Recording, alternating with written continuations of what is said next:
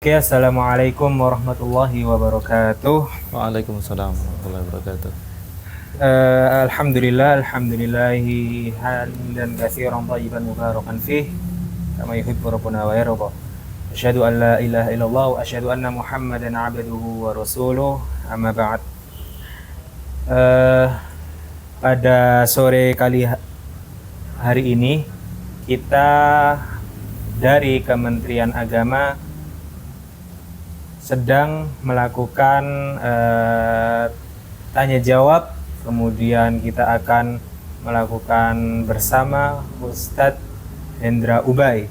Ya, monggo Ustadz. Sebelum kita memulai ini, mungkin dari kita Kementerian Agama mengucapkan selamat datang kepada Ustadz Hendra Ubay yang sudah memberikan waktunya untuk hadir di acara podcast kita di Kementerian Agama, terutama di BEM Universitas Muhammadiyah Malang. Untuk kali ini kita bertemakan langkah pemuda, Ustadz, langkah pemuda untuk meraih peradaban di masa yang akan datang, gitu, Ustadz. Nah, untuk langkah seperti apa, Ustadz, yang bisa Ustadz ingin berikan, bagaimana langkah pemuda itu dalam akhir zaman ini, dalam meraih peradaban itu, pemuda-pemuda akhir zaman gitu, pemuda-pemuda muslim gitu. Tafadhol. Baik, terima kasih Mas Hanif. Saya sapa dulu teman-teman. Assalamualaikum warahmatullahi wabarakatuh. Waalaikumsalam. Alhamdulillah, Allahumma shalli sallim ala nabiyina Muhammad wa ala alihi wa sahbihi wa mawala wa ba'du. Terima kasih Mas Hanif diundang di podcast yang seru ini, Masya Allah, di sore hari.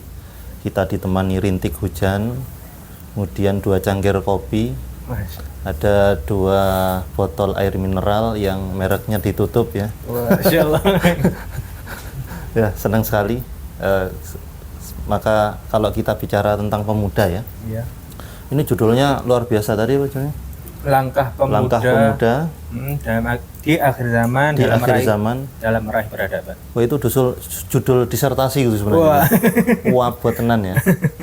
Langkah pemuda. Ya. Ini kalau kita kupas berarti kita ngupas pemuda. Ya. Terus langkahnya berarti terobosannya apa? Benar. Di akhir zaman berarti kita akan bahas tentang akhir zaman. Ya. Dukhon, Dajjal. Akhir zaman. Iya. Oke. Kemudian tanda-tanda yang lain untuk meraih peradaban. Masya Allah. Ada judul yang lebih berat dari ini mungkin. Ini judul ini berat sekali. Cuma kita tahu bahwa kata kunci dari pembicaraan kita kali ini adalah pemuda dan akhir zaman sebenarnya. Dan ngomong-ngomong tentang peradaban itu, Islam itu selalu menempatkan pemuda di dalam membangun peradaban. Nabi Muhammad SAW diutus oleh Allah Subhanahu Wa Taala tentu saja untuk menyempurnakan akhlak sebagai Nabi yang menyempurnakan, penutup khatamun nabiyyin, penutup daripada Nabi. Tapi yang paling penting,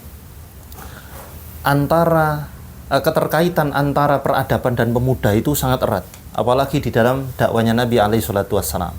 Makanya Al-Imam Asy'arani itu di dalam bukunya beliau Tanbihul Mughtarrin itu, beliau menukil sebuah hadis. Ada wasiat Nabi SAW, yusikum bisyababi khairan, aku wasiatkan kepada kalian untuk berbuat baik kepada pemuda. Itu khusus pemuda itu disebut oleh Nabi. Ini mau ngomong apa Nabi kok kemudian berwasiat agar kita ngopeni pemuda? Makanya di Indonesia sampai-sampai ada Kementerian Pemuda dan Olahraga, walaupun pemudanya kadang-kadang nggak suka olahraga, sukanya rebahan gitu. Oke, baik. Iya. Ya, itu kata Nabi SAW. Kenapa? Karena Nabi memberikan karakter pemuda, yaitu kata beliau, fa'innahum arku af'idah. Jadi sifatnya pemuda itu, hatinya itu tulus, lembut. Karena kalau dibanding dengan yang senior, bukan berarti nggak tulus, nggak lembut yang senior. Cuma ibaratnya usia senior itu kan banyak terukir dengan maklumatus sabiqah, dengan apa yang termaklumat dari sebelumnya gitu. Banyak terukir. Makanya kenapa orang-orang senior, syuyukh itu, yaitu para orang senior, orang-orang tua, itu mereka pertimbangannya banyak karena memang sudah banyak terukir dengan pengalaman-pengalaman. Tapi Nabi menyebut bahwa betapa tulusnya pemuda, betapa lembutnya dia, arku afidah, sampai begitu Nabi bilang. Dan beliau mengatakan, laqad ba'atsanillahu bil hanifiyati samha. Sungguh aku Allah utus itu, yaitu diutus di dalam agama yang mulia, agama Islamiyah, agama yang hanif dan samha, agama yang lurus dan agama yang penuh toleransi. Oke, nanti kita kupas beberapa hal ini. Dan kemudian Nabi bilang mengenai pemuda, masih dalam hadis ini, yaitu fahalafani asyabab wa khalafani asyuyukh. Orang-orang yang mendukungku di sekelilingku itu adalah syabab, pemuda. Bukan berarti kita meninggalkan peran-peran sahabat senior ya. Enggak, tapi kebanyakan pemuda. Dan kebanyakan yang nolak Nabi, wa khalafani asyuyukh. Orang-orang senior itu yang nolak. Nabi berbicara di dalam rangka menghargai pemuda. Ini kalau kita bicara Nabi dengan pemuda dan peradaban, ini sangat jauh di atas kedudukan beliau. Tapi coba turun ke bawah ke Indonesia. Kata Bung Karno apa coba? Beri saya 10 pemuda, maka akan kuguncang dunia. Cuma 10 pemuda. Itu. Ini betapa dahsyatnya pemuda dalam membangun peradaban. Pak Karno paham itu sebagai founding father negara kita. Sehingga sahabat-sahabat Nabi itu di lingkarnya, circle terdekatnya beliau itu anak-anak muda. 10 sahabat Nabi yang masuk surga tanpa hisab, itu kebanyakan pemuda. Umar bin Khattab radhiyallahu anhu, beliau di masa kepemimpinan beliau radhiyallahu anhu, kalau ada masalah pelik di sebuah negeri, di dalam kepemimpinan beliau, maka dikumpulkan pemuda-pemuda. Itulah Islam dalam membangun peradaban itu menempatkan pemuda-pemuda, tapi bukan pemuda-pemuda yang kaleng-kaleng. Ya. Tentunya begitu. Itulah hubungannya antara pemuda dan peradaban. Nabi itu ngopeni banget sama anak muda. Makanya Muhammad Al-Fatih rahimahullah, beliau sampai bilang dengan sangat masyhur perkataan beliau, Hanif, seandainya tidak kita temukan riuhnya suara anak-anak di masjid, maka peradaban Islam kalah tuh. Kita bayangkan, kita berbicara tentang anak muda. Islam harusnya memperhatikan itu, bagaimana pemuda dengan masjid juga dekat, tapi takmirnya kereng sama anak-anak kecil. Ini kok campuran Jawa. Tapi takmirnya itu killer. Bahasa Inggris karena mungkin yang lihat dari Amerika. Orang Malang, cuma orang Malang. Ya. Tapi ada takmir yang nggak ramah dengan yang namanya kecil. Ada takmir masjid yang tidak memberikan tempat untuk anak muda untuk berpendapat. Mereka diktator, tidak memberikan ruang mereka untuk berbicara. Gitu. Sehingga maklum kalau sekarang banyak dikeluhkan, nih sulit nyari ngurus pemuda masjid, remaja masjid. Ya karena itu tadi, tidak paham bahwa Nabi berwasiat sangat luar biasa terhadap pemuda tadi itu. Yusikum bisyababi khairan, sampai begitu itu. Khusus pemuda.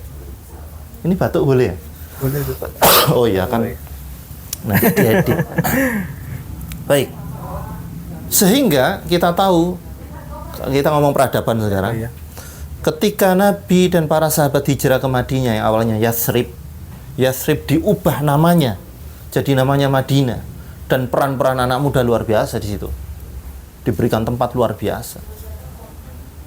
Penulis wahyu, kita tahu bahwa ada penulis wahyu namanya Zaid bin Thabit radhiyallahu anhu di antara para penulis wahyu ya.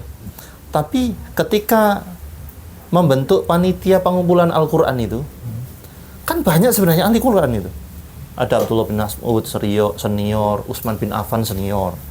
Cuma kenapa Zaid bin Thabit yang ditunjuk? Karena sahabat tahu betapa luar biasanya, dahsyatnya anak muda yang kreatif dan berani. Sehingga peradaban terbentuk luar biasa. Nah makanya Kalau membentuk peradaban itu dengan anak muda, merusak peradaban juga dengan anak muda. Orang yang ingin merusak peradaban itu, orang-orang di sana, yang mereka mengintai terus, itu pasti yang dirusak anak muda. Harus ada kurikulum yang bisa merusak anak muda. Baik dia laki-laki ataupun perempuan, anak mudanya Islam harus dirusak. Wajib ini, baru rusak peradaban. Terutama perempuan. Terutama perempuan itu guys ya. Ya. Mana kameranya? Terutama perempuan. Oke, itu pancingannya dulu. Oh, iya. Pancingan. Oke. Karena waktunya terbatas ya. Oh, iya. Gitu Hanif. Itu pembukaan kenapa kemudian Islam menempatkan pemuda sebagai hal yang istimewa di situ, dan kemudian hubungannya dengan peradaban. Gitu. Wallahu a'lam bishawab. Tadi Ustadz menyebutkan tentang dekatnya pemuda, kemudian yang berhubungan dengan masjid, kemudian apalagi titik ukurnya tadi ketika pemuda kemudian dari anak kecil itu dekat dengan masjid, bahwa itu bisa ada hubungan dengan peradaban. Ustadz. Ya, betul. Nah, kan kebanyakan ini di Indonesia ini, Ustadz, kebanyakan orang-orang karena mungkin egoisme dirinya, sehingga dari anak-anak saja ketika membuat kesalahan itu menegurnya langsung keras, Ustaz.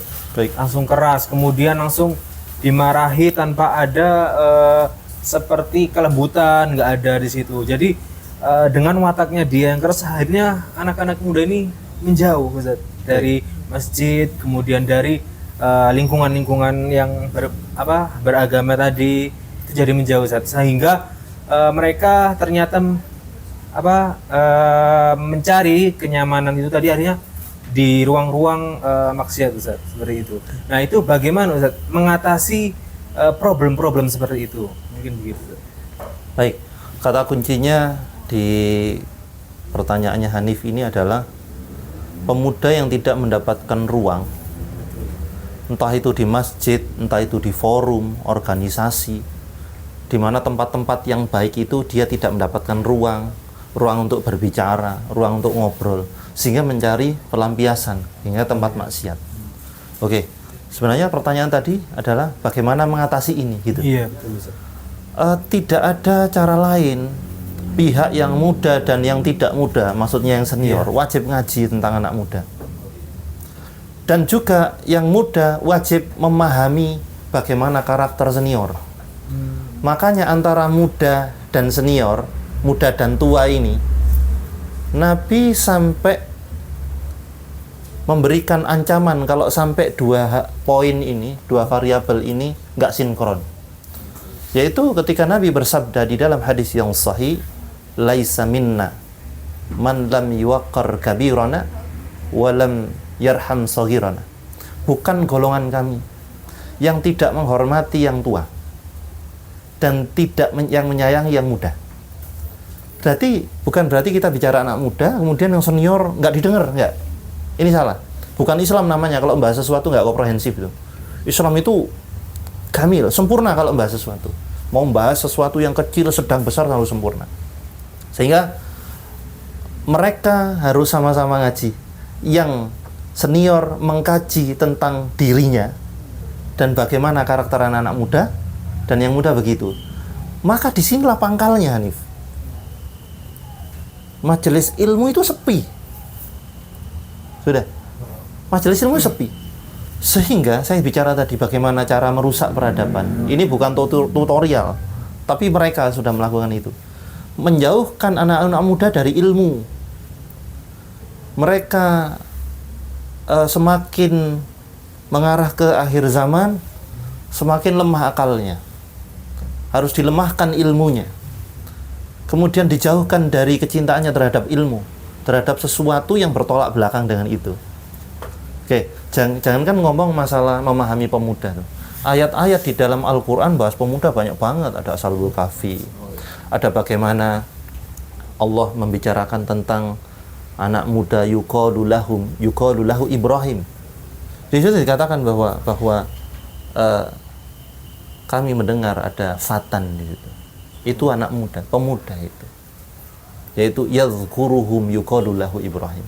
Yang anak muda yang ngejek berhala-berhala itu. Namanya siapa? Ibrahim.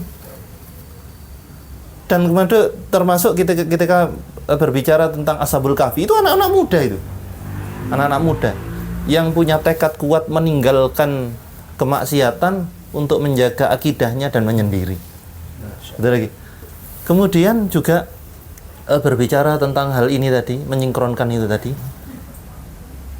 Salah satu pangkalnya adalah etika, adab. Ada di antara sesuatu yang merusak, yaitu di antara kelemahan-kelemahan yang harus dihindari, yakni dhaiful khuluq atau dhaiful akhlak, yaitu lemahnya akhlak. Dan ketahuilah, kita kembali ke ilmu tadi, pembahasan tentang adab akhlak adalah pembahasan yang utama terpenting di dalam kurikulum Islam. Dan tidak ada kurikulum terbaik yang didahulukan kecuali perkara etika, tata krama tadi, adab akhlak. Tapi sementara kita lemah di dalam hal itu, Hanif. Coba tiba-tiba, ini kan fenomena-fenomena hijrah ya teman-teman. Sekarang masih santer hijrah. Kalau dulu tobat, kalau sekarang istilahnya ganti hijrah. Anak kemudian hijrah, berpindah dari kemaksiatan menuju ketaatan. Oke lah, saya ikut majelis ilmu, tapi nggak runtut. Ketika sudah masuk ke majelis ilmu, kok pas bahas hadis Arba'in Nawawi, yaitu nyampe hadis kullu bid'atin dhalalah. Wah, itu runyam kalau nggak ngaji dari awal tuh. Iya, itu. Dia tidak diajari bagaimana adab berbeda pendapat, adab kepada orang tua tadi itu, antara muda dan tua. Sehingga melihat sebuah perbedaan itu kayak melihat, wah ini musuhku ini kalau nggak sama. Jadi disitulah pangkalnya, kembali lagi, yaitu ilmu. Ilmu yang senior ngaji, yang muda juga ngaji, sehingga yang senior mengajari bagaimana dia menyayangi, kemudian yang muda memberikan persembahan kepada yang senior, yaitu menghormati. Wallahu a'lam bishawab. Oke, Ustaz.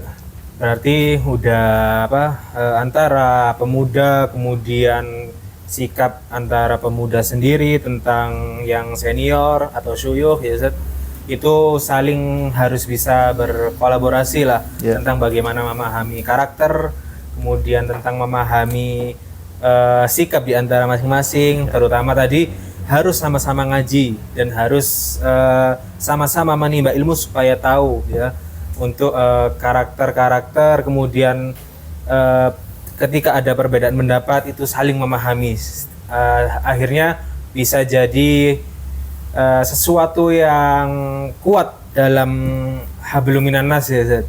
Nah, mungkin ketika kita tadi sudah membahas tentang bagaimana pemuda itu tadi sudah dibahas.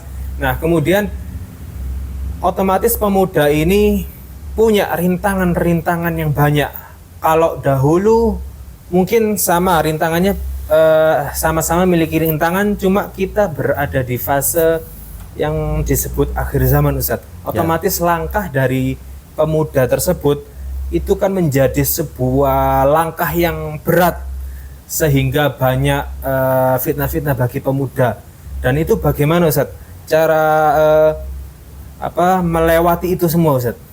Mungkin seperti itu. Baik, kata kuncinya adalah fitnah akhir zaman bagi pemuda, ya, benar ya.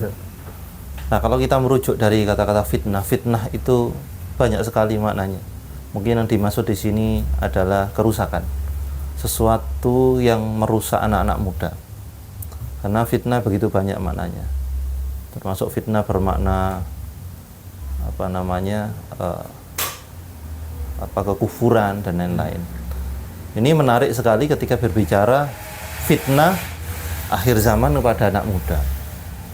Kembali kepada pembicaraan kita awal, bahwa sifat-sifat anak muda yang hatinya itu arqu afidah, itu ketulus. Makanya kalau kita berbicara orang-orang dari kelompok yang tidak benar, kemudian mengajak ke paham ekstremis, paham yang salah, kemudian mereka istilahnya dilamar, untuk melakukan bom bunuh diri. Mana ada di situ orang tua? Gitu. Rata-rata anak muda ya? Anak muda. Bukan rata-rata, semuanya anak muda. Tuh. Tidak ada yang tua. Karena bagi mereka nggak asik doktrin orang tua itu, banyak pertimbangan. Kalau anak muda itu bersih. Makanya mereka diajak maksiat mudah. Kemudian diajak taat juga mudah. Berbicara tentang fitnah akhir zaman, mereka pasti kurikulumnya adalah merusak anak muda. Kembali tadi nyambung bahwa saya katakan terutama kurikulum itu untuk merusak peradaban anak muda di akhir zaman, yaitu kepada perempuan. Itu wajib dirusak itu, yang satu itu. Gitu. Karena yang pertama, mereka orang-orang yang ingin merusak Islam itu belajar Islam lah nih. Ada orang-orang orientalis itu belajar Islam mereka. Mereka hafal Quran, hafal hadis. Padahal mereka orang kafir, belajar Islam, belajar sirah. Coba mungkin Hanif kan di pesantren. Ada mungkin Hanif tahu Qomus Al-Munjid. Oh iya. Ya. Siapa pengarangnya? Apakah orang Islam? Bukan. Pengarangnya namanya Louis Ma'luf dan Bernard Total. Dua-duanya pendeta. Mereka belajar agama Islam, tapi kemudian untuk merusaknya. Kemudian ada muridnya Snook Hurgrunji. Wah, Snook Hurgrunji. Muridnya tapi Arsene Jan Wensing namanya. Itu dia meneliti bertahun-tahun tentang ilmu hadis dan kemudian membuat kitab indeks hadis yang tebal banget, berjilid-jilid. Dan sementara ini para pakar hadis kontemporer mengatakan ini salah satu rujukan utama. Padahal yang ngarang adalah muridnya Snook Hurgrunji. Namanya Al-Mu'jam Al-Mufahras li Al-Faril Haditsin Nabawi. Itu luar biasanya mereka belajar sehingga mengetahui tentang, maksud saya begini, saya akan sebutkan hadis. Hadis ini sangat diketahui oleh mereka. Wong mereka bikin karya hadis tebel.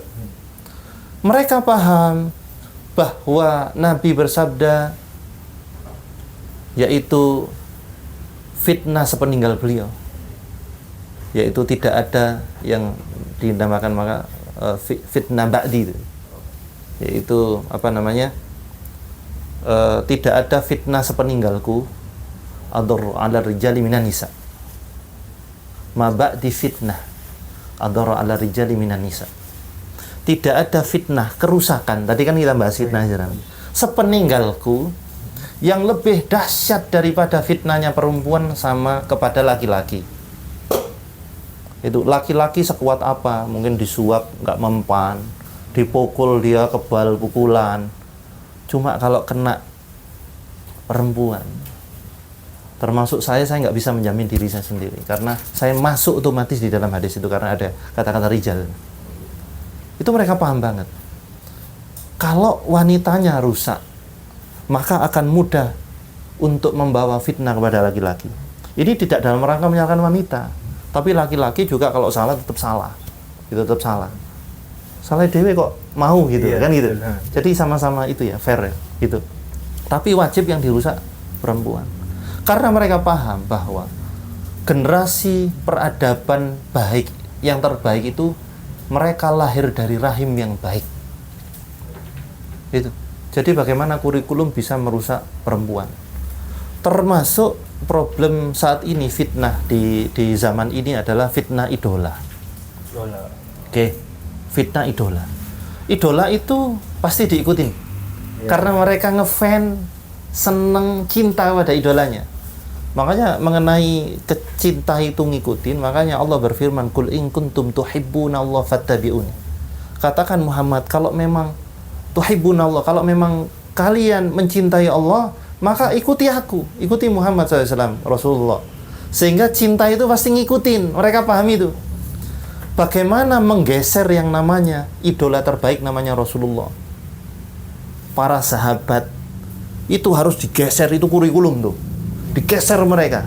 Pahlawan-pahlawan Islam, pahlawan nasional Indonesia. Tuanku Imam Bonjol, mereka tidak kenal Kiai Hasyim Asy'ari, mereka tidak kenal Kiai Haji Ahmad Dahlan, Pangeran Diponegoro, mereka tidak kenal, diganti idola baru. Yang gampang baper terhadap idola itu laki-laki apa perempuan? Perempuan. Oke, biar objektif. Di sini ada perempuan angkat tangan. Nggak usah, Mas, nggak usah angkat tangan. Yang gampang baper terhadap idola, laki-laki apa perempuan? Perempuan, Masya Allah. Pemirsa, biar tidak dikatakan, wah ini ustadznya patriarki banget. Enggak, Islam itu imbang kalau mbak. Maka yang gampang baper terhadap idola adalah perempuan. Ada hidden agenda luar biasa agar kecintaan perempuan terhadap idola terbaik namanya Nabi Muhammad SAW digeser pada idola baru yang kemudian idola-idola itu tidak ada masalah agama. Ayo, ngaku ndak kalian tuh?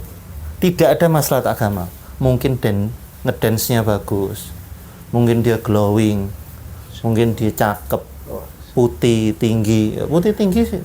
Kekar sapi gitu kan. Putih tinggi kekar sapi.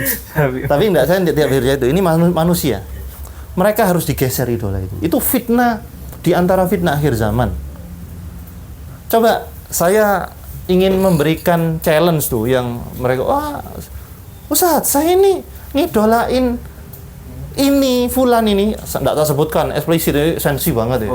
Sensi banget, apalagi dipotong-potong videoku biasanya. Itu biasaannya anak-anak sekarang. Nggak tak sebutkan loh ya pokoknya ya, eksplisit. Ustadz, aku itu ngefans sama dia, tidak meninggalkan kecintaanku sama Rasulullah. Gitu. Itu biasanya tak kasih challenge tuh. Yang pertama saya tanya, baca sirah nabinya sudah halaman berapa sis? Itu satu. Kemudian yang kedua, seberapa besar perkenalan Anda dengan Rasulullah? Sebutkan dengan cepat siapa saja istrinya beliau. Itu saya kasih challenge. Sebutkan dengan cepat siapa anaknya beliau. Sebutkan dengan cepat makanan favoritnya beliau. Sebutkan dengan cepat minuman kesukaan beliau. Makanan yang nggak haram tapi tidak disukai beliau. Sebutkan dengan cepat ciri fisiknya beliau. Yang jelas beliau manusia sempurna, visinya sempurna, manusia tersehat, manusia terromantis, lebih romantis dari orang-orang yang kalian idolakan. Masya Allah. Mereka itu digeser mereka. Wajib dia tidak kenal sama Rasulullah. Jangankan Rasulullah tuh.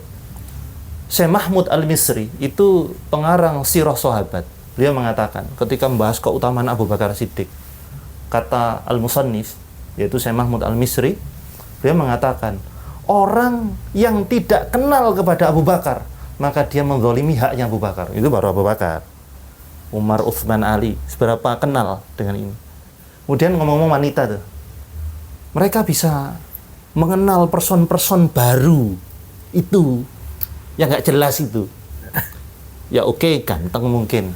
Sampai-sampai ketika datang ke Jakarta, salaman begini nggak dicuci loh berhari-hari tanganin.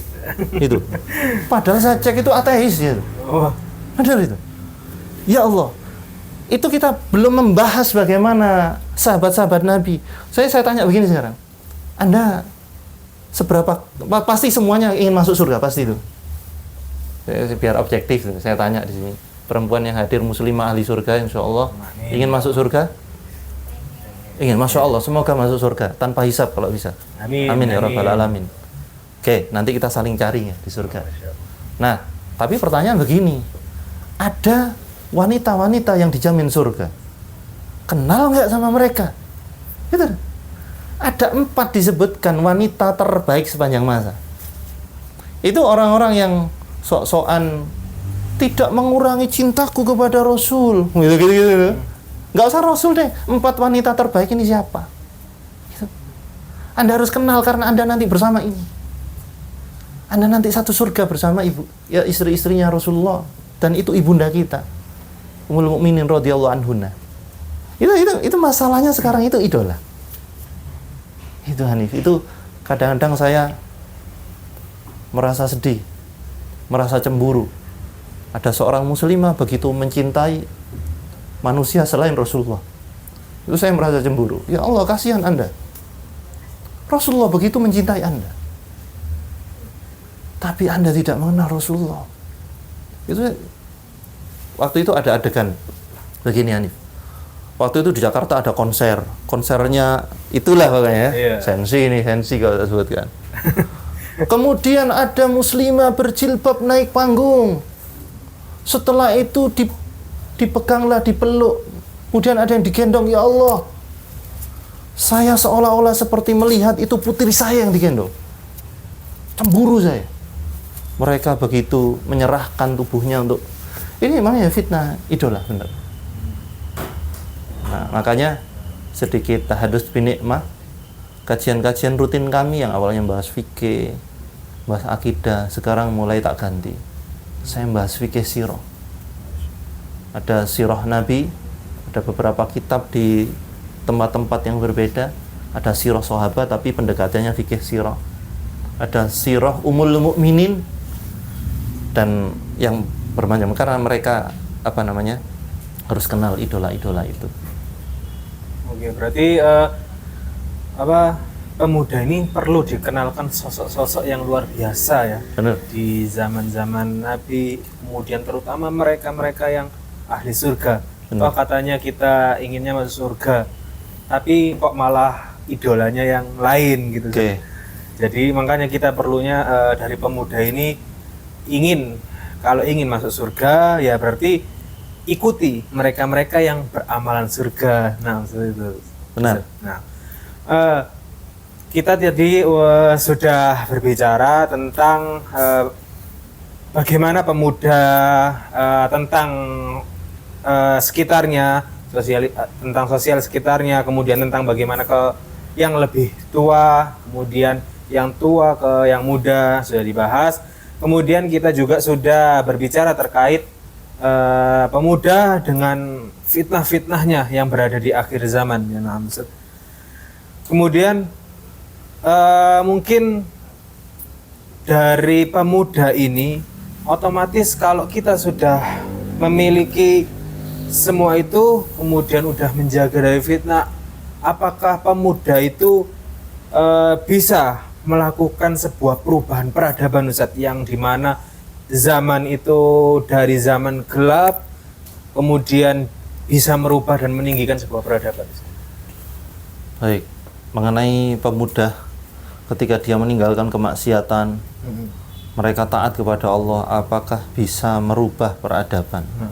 Sejarah membuktikan bagaimana ketika Nabi SAW pertama diutus, beliau sendirian. Kemudian beliau mulai dari keluarganya, mendakwai istrinya Khadijah binti Khuwailid radhiyallahu anha. Beliau merupakan wanita pertama yang sholat bersama Nabi, yang beriman kepada Nabi. Kemudian beliau mendakwai kerabatnya, yaitu Ali bin Abi Thalib radhiyallahu anhu. Ya, orang-orang terdekat itu dakwai. Padahal waktu itu usia beliau sangat kecil, usia SD awal. Ya, sekitar 7 tahunan. Itu didakwai sama Rasul. Setelah itu kemudian beliau mendakwai sahabatnya, bestinya beliau, besti dunia akhirat, yaitu Abu Bakar As-Siddiq radhiyallahu anhu. Orang-orang terdekat, dari sedikit sendirian kemudian sedikit, setelah itu anak angkatnya yang didakwai, diajak kemudian bersambung dan semakin banyak. Kemudian di Mekah, di mana di Mekah itu adalah sebuah kota yang sudah jadi, yaitu sudah jadi, pola-pola hidup itu sudah ada. Nah, itu kalau mau merubah itu nggak mudah, pasti nggak mudah, nggak instan begitu. Sehingga kemudian tercetuslah hijrah. Ya, dengan hijrah Nabi beberapa, setelah itu hijrah ke Yathrib. Itu sebuah bukti bahwa peradaban dimulai dari sebuah hijrah, sebuah perubahan yang dimana di situ peran tua muda saling bahu membahu satu sama lain, dan mereka taat kepada Allah. Mereka sangat mencintai Nabi, mereka sangat mengenal dan mengikuti Nabi alaihi salatu wassalam, sampai-sampai mereka kalau berjalan, itu contohnya adalah Abdullah bin Umar radhiyallahu anhu, putranya Umar bin Khattab radhiyallahu anhu. Itu pernah beliau berjalan, setelah itu berhenti di sebuah tempat dan kemudian berdoa. Ketika itu ditanya oleh yang mengikutinya, apa yang kamu lakukan? Saya mengetahui Rasulullah berhenti di sini dan berdoa, saya juga berdoa. Sampai-sampai Ibnu Umar radhiyallahu anhu dijuluki sebagai sang peniru Nabi. Itu tadi, membangun peradaban, ada idola, dicontoh dan jadi sang peniru Nabi. Apapun dari Nabi ditiru. Kenapa bisa niru? Kenal.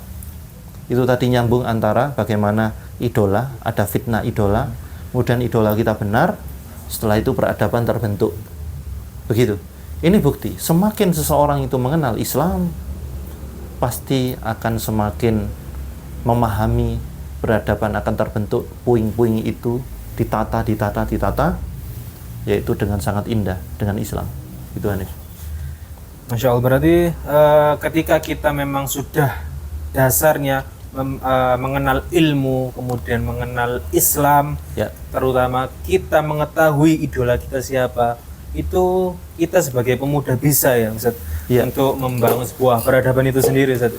Ya, itu efek yang nyata dan runtutannya panjang. Sebenarnya tidak mengetahui idola saja, tapi mengenal dengan baik, kemudian mentadaburinya. Otomatis kan kalau berbicara mengenal Nabi itu sudah satu rumpun, yaitu dengan ilmu, di mana ilmu itu ma'rifatullah, mengenal Allah, wa ma'rifatun Nabi, mengenal Nabi, kemudian wa ma'rifatu dinil Islam bil adillah, yaitu mengenal Islam dengan dalil-dalilnya. Orang kalau paham ini, peradaban terbentuk. Contoh, ini bukti sejarah, yaitu di Eropa. Bayangkan, seandainya Eropa tidak didatangi Islam, apa jadinya? Mereka peradabannya kacau. Kacau banget peradabannya. Bahkan di jalanan-jalanan Eropa itu, di gang-gang itu. Tahu nggak sejarahnya ada high heel itu? Ada yang tahu ada sejarahnya kok ada high heel itu? Kenapa terus high heel-nya itu di belakang kok nggak di depan? Kok kenapa kok di belakang? Ada yang tahu? Angkat tangan. Oke, pengen tahu ya? Tahu aja apa tahu banget? Gitu. Dulu di jalan-jalanan Eropa itu, di Perancis dan lain-lain, banyak kotoran-kotoran manusia ada di jalan, Hanif. Karena mereka kalau habis buang kotoran lemparin aja gitu. Sehingga kalau orang jalan nggak pakai high heel itu cemet semuanya. Waduh, bahasa Indonesianya cemet. Ya kayak orang-orang terkena lumpur itu Ustaz ya. Iya, nggak cemet itu lengket gitu lah.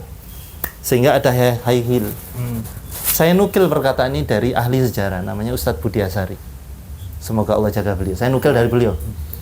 Itu adanya high heel begitu. Oke, kemudian dalam perkembangan zaman, high heel ini dikembangkan karena wanita, ya ini wanita kasihan sekali. Selalu dijadikan objek gitu. Kalau pakai high heel dia kesannya seksi, hot, bisa lenggak-lenggok gitu. Sehingga dari situlah seandainya Eropa tidak didatangi Islam, apa jadinya mereka? Mereka juga jarang mandi. Tahu nggak bau badannya Napoleon? Ini nggak gibah Napoleon nggak? Bau badannya luar biasa Napoleon itu, karena jarang mandi. Ratu Inggris itu juga mandi 3 kali aja dalam seumur hidup. Waduh. Waktu dilahirkan, waktu dibaptis, waktu menikah, sudah selesai. Oke. Kemudian Islam hadir, masuk Spanyol, Cordoba waktu itu kan, Andalus, peradaban luar biasa. Saya sebutkan satu tokoh aja yang terkenal teman-teman. Kan tahu Avicenna? Avicenna kenal ya? Kenal apa tahu? Tahu ya? Tahu. Nama itu. Nama Islamnya siapa teman-teman? Kok Avicenna? Avicenna kan Ibnu Sina ya? Enggak, saya mau bahas Averroes. Averroes, pernah tahu nama ini ya? Iya. Ibnu Rushd. Ini asli orang Spanyol ini. Bukan orang Arab, tapi lihat bagaimana ilmunya.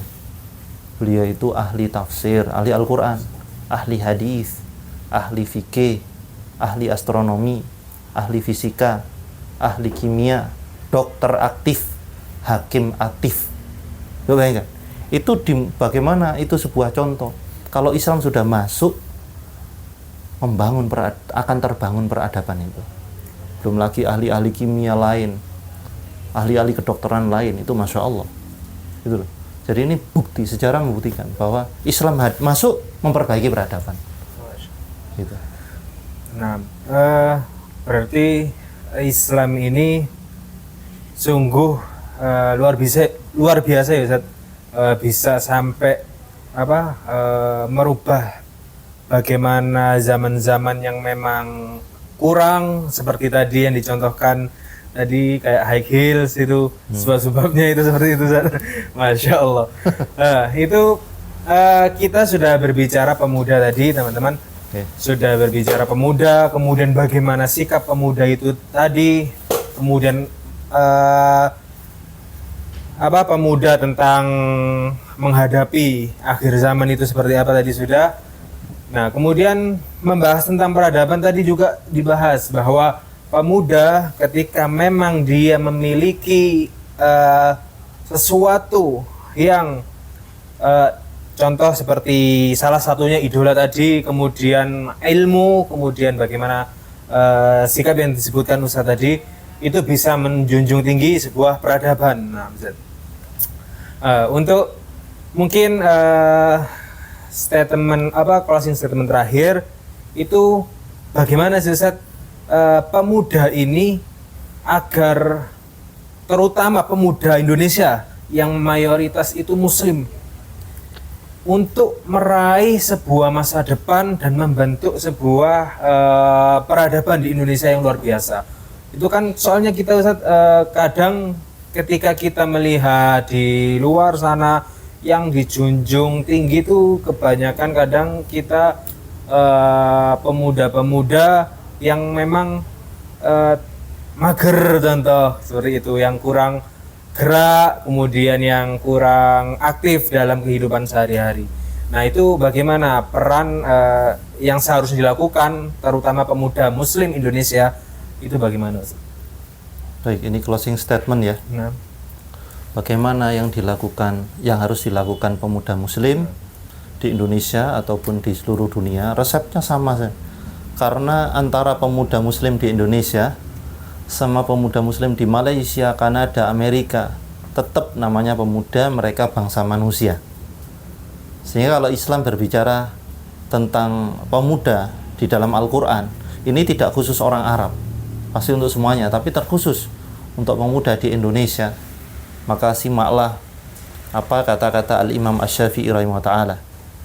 Beliau mengatakan di dalam syairnya beliau yang masyhur, man tarakal muslimin adyanahum fata'akharu, man tarakal nasara adyanahum fataqaddamu. Orang Islam yang meninggalkan agamanya itu pasti mereka akan terbelakang. Seandainya orang Nasrani, maksudnya orang di luar Islam ya, mereka meninggalkan agamanya, maka mereka akan maju. Dan itu sudah terbukti bagaimana Islam hadir memajukan peradaban. Dan tidaklah orang di luar Islam masuk sebuah negara kecuali tujuannya memang ada 3. Masuk sebuah negara baru, gold, glory, and gospel ya. Tapi Islam kalau masuk sebuah negara tidak ada tujuan itu. Mereka tujuannya gold, glory, and gospel. Sudah. Gold apa? Cuan, jajah mereka. Glory yaitu bagaimana menguasai, ya, menjajah kejayaan. Ya, mereka berjaya dengan menguasai daerah, dan gospel dan agama. Tuh. Tapi Islam enggak. Islam itu masuk manapun pasti menyumbang peradaban luar biasa. Nah, maka bagi pemuda Muslim, terkhusus wasiat untuk saya sendiri, masih pemuda ya saya ini ya. Oh ya, Ustaz. Fix ya? Muda. Berarti ini wasiat untuk saya sendiri juga, yaitu agar semakin dekat kepada Islam, yaitu mengenal Allah, mengenal Nabi, dan mengenal agama kita dengan dalil-dalilnya. Dan mustahil itu akan kita lakukan tanpa ilmu. Kalau sudah ada majelis ilmu sepi, sementara perkumpulan di luar majelis ilmu rame, ya itu sudah tolak ukurnya. Maka peradaban Islam tidak akan pernah terbentuk. Wallahu a'lam bishawab. Oke, tadi sudah disebutkan oleh Ustadz Hendra bagaimana pemuda, ya, kiat-kiat pemuda. Yang pertama adalah kita perlunya mengenal Allah, ya, kemudian perlu mengenal Nabi, kemudian perlu mengenal dalil-dalil syar'i. Nah, Ustaz, Iya.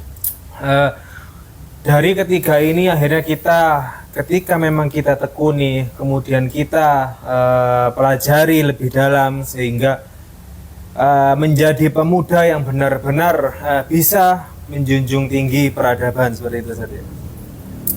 Mungkin dari pembicaraan kali ini, langkah pemuda muslim dalam meraih peradaban sampai sini. Kemudian terima kasih kepada Ustadz Hendra. Sama-sama. Telah menyampaikan materinya, telah menyampaikan ilmu yang begitu luar biasa kepada kita semua. Semoga Allah memberikan keberkahan kepada kita. Amin ya Allah. Kita tutup mungkin dengan doa kafaratul majlis. Subhanakallahumma wa bihamdika asyhadu an la ilaha illa anta astaghfiruka wa atubu ilaik. Mungkin kata-kata terakhir Ustadz sebelum kita tutup dengan salam untuk pemuda-pemuda yang ada di luar sana. Wasiat-wasiat terakhir ya. Apa bedanya dengan closing statement? Itu mungkin lebih kata-kata aja, sepatah dua kata untuk menjadi sebuah motivasi tersendiri. Ya. Kita bersama dengan orang yang kita cintai di akhirat. Oh, itu kuncinya, kita bersama yang kita cintai di akhirat. Assalamualaikum warahmatullahi wabarakatuh. Waalaikumsalam. Waalaikumsalam.